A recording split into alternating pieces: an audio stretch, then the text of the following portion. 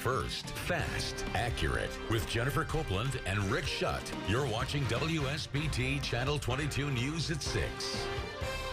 Held without bond, accused of murdering her baby. Today, Nyesha Crockett told a judge she doesn't have a job and needs a public defender. Also today, a pathologist determined Crockett's 11-month-old son died from swelling to the brain due to lack of oxygen.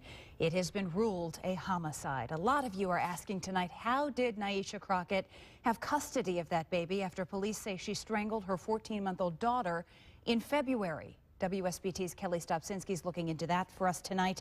Kelly, you found out the Department of Child Services investigated that case.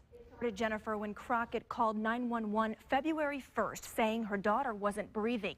That's the same day someone called the Department of Child Services hotline. But because of confidentiality laws, we don't know who made that call. It could have been a police officer, a paramedic, a doctor, even a neighbor.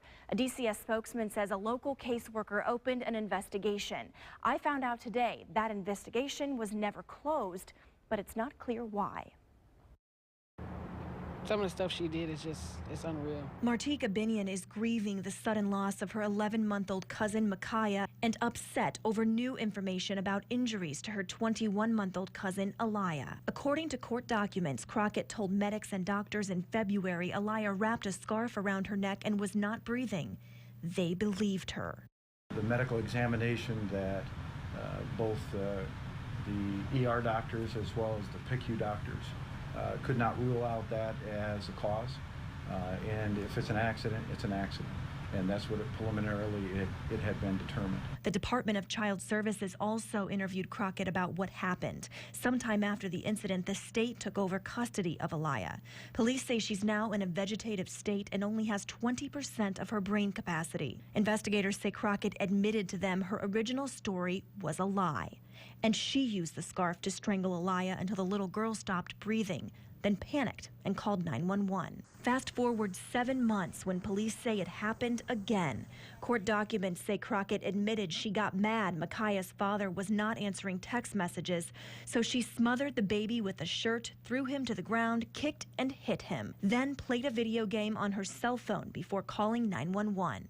If you could say something to Nyesha Crockett, what would you say to her? To be completely honest, there's no words to say. There's no why did you do it, there's no when, there's no how, there's no why didn't you call anybody. There's a lot of what ifs and if, ands, or buts about it, but the thing that she did is just out of this world.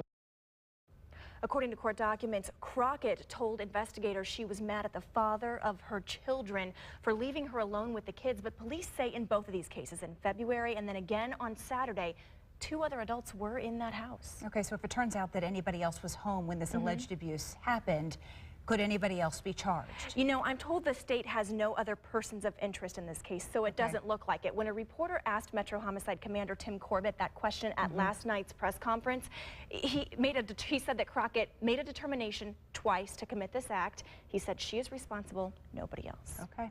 All right, Kelly, thank you very much.